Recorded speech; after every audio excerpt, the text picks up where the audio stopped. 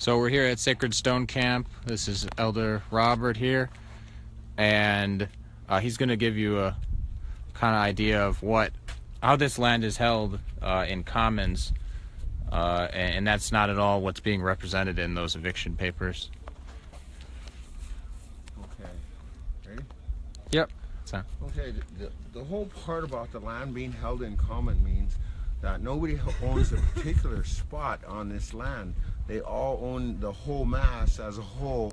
And in order to change that situation, you have to go to the Bureau of Indian Affairs and ask for a fee patent and a divided interest. Then the Bureau of Indian Affairs picks a spot, 1/3 of your interest. If there's 3 people, like her sister and her brother, they have undivided interest. So that means they basically all are owners of the whole.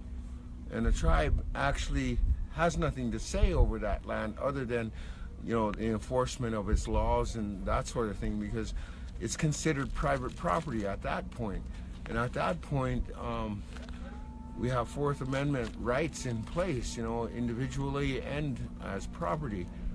And the tribe seems to think that they have the authority to just usurp those rights from people by ordering people out. This camp, Sacred Stone, is a 501c3 federally recognized nonprofit organization. That would be like telling the Red Cross to get up and leave. People, white people, black people, anybody can come and go. The Supreme Court has established that rule too, that everybody has the right to pass and repass, undaunted by arbitrary statutes that chill the assertion of constitutional rights to pass and repass as a citizen interstate. So the tribe, the whole order is just a facade.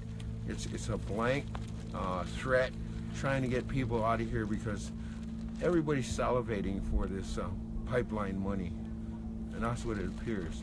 I wouldn't be a bit surprised some of the tribal people have interest in this themselves. So I can't say, but that's my take on the whole thing. They have no authority.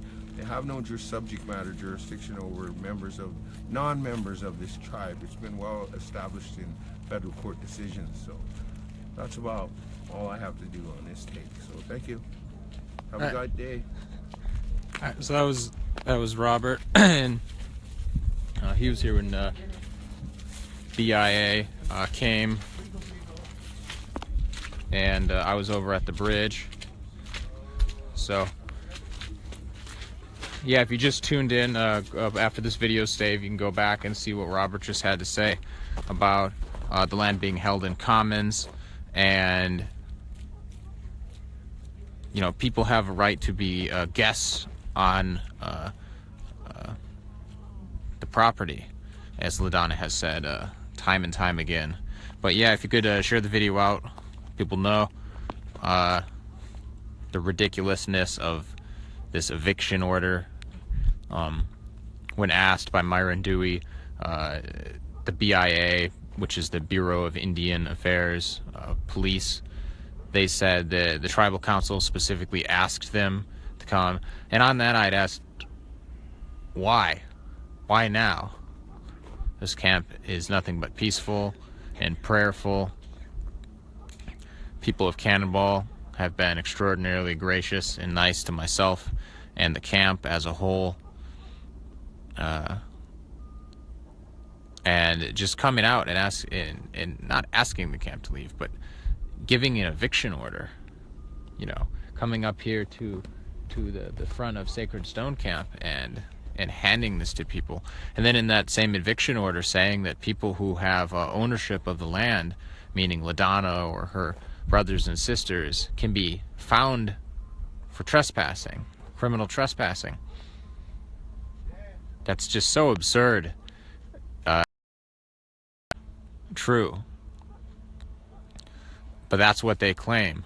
So at the end of the day, these claims that they make are going to have to be found factual. Anybody can say anything, but they're going to have to be held up in court, and we will see if those stand up. But she said time and time again that, which is not a normal situation for Indian country, and she said that in the past. So go back and check that document I posted. I seem to be getting some weak signal here, so I just want to let you know. It's one take on the eviction order, and I'm going to get a few others today. So thanks for watching. Thanks for supporting Water Protectors. If you feel called to be out here, take a stand. Join the Water Protectors here at Sacred Stone. Black Snake Killers out.